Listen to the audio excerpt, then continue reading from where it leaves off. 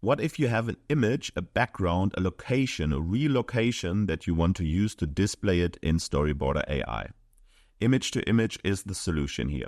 We have an image here where there is a building in the background, but maybe we have a very specific building in mind where there is also a photo of. If we use a monochrome art style, we should also change the reference photo to monochrome. So we upload this monochrome image from our original location and set the image strength to 40% to stay as close as possible to the original. Refresh it and see that we are already very close to the original location.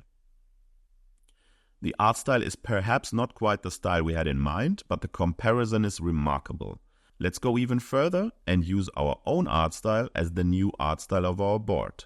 So let's upload an image, a sketchy scribble that matches the board, then go back to the image-to-image feature and upload our original photo, set the strength to 40% again, and then see our image has now also become much sketchier, meaning that it has adapted to our own unique art style. It looks very, very nice, and as you can see, we also have our own shot description here, which in our case shows a man standing in front of the building and observing it. He can also be seen there. That means it's not just a picture you upload and nothing else happens, but you can of course also write a storyline in there, but the style of the image is adopted and you have the original background that you wanted.